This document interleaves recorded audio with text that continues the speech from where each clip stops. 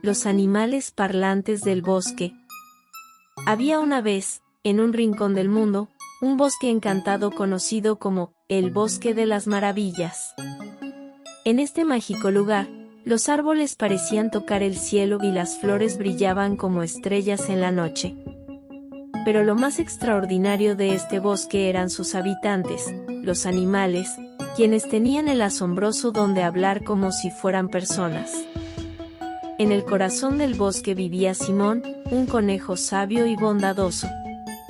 Simón era respetado por todos los habitantes del bosque, quienes acudían a él en busca de consejo y orientación. Simón era un conejo de tamaño mediano, con un pelaje suave y sedoso que brillaba como la luz de las estrellas en una noche despejada. Su color era un blanco puro, salpicado con pequeñas motas plateadas que le daban un aspecto mágico y celestial. Sus ojos eran grandes y brillantes, de un tono azul profundo que reflejaba su curiosidad y sabiduría. Tenía largas orejas que se erguían con elegancia, como antenas que capturaban los sonidos del bosque y los susurros del viento. En la punta de sus patas delanteras, tenía pequeñas almohadillas que contrastaban delicadamente con el blanco de su pelaje. Simón se movía con gracia y agilidad, dejando una estela de luz a su paso cuando estaba especialmente feliz.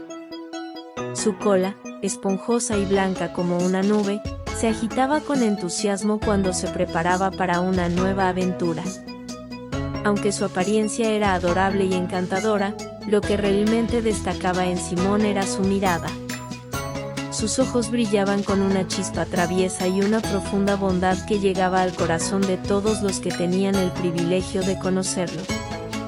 Simón era, sin duda, una criatura extraordinaria en el Bosque de las Maravillas, y su presencia irradiaba una luz única y especial que iluminaba la vida de todos los que la rodeaban. Un día, Simón reunió a los animales en el claro del bosque. Su rostro reflejaba seriedad y preocupación. Entre ellos estaban la ardilla, el zorro, el búho, el topo, el ciervo y el erizo. «Queridos amigos», comenzó Simón, «nuestro bosque es un lugar mágico y especial. Pero con ese don, viene una gran responsabilidad. Debemos cuidarlo y protegerlo». Los animales escucharon con atención, conscientes de la importancia de las palabras de Simón. Desde ese momento, se prometieron a sí mismos que harían todo lo posible para mantener su hogar seguro y próspero. Los días pasaban en paz y armonía, hasta que un día, Lucas, el zorro curioso, hizo un descubrimiento intrigante en lo más profundo del bosque.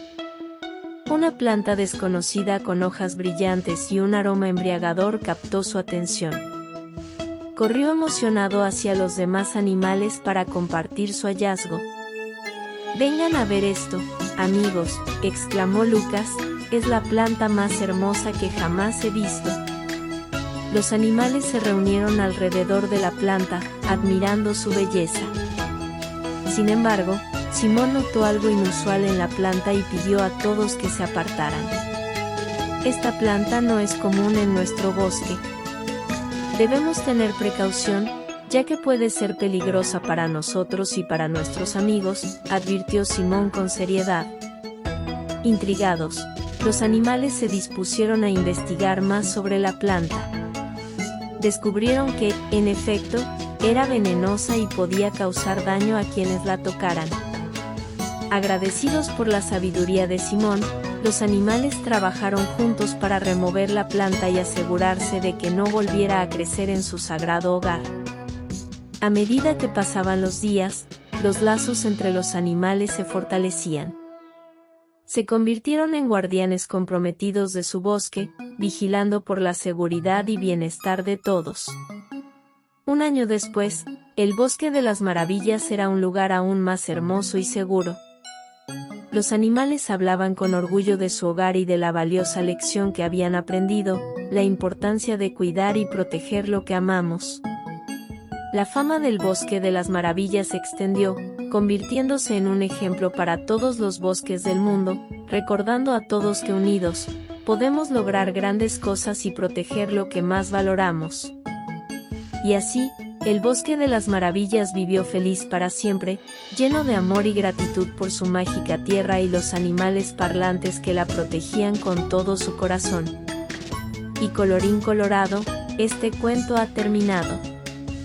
Si te gustó, suscríbete y dale like. Hasta la próxima Santiaventura.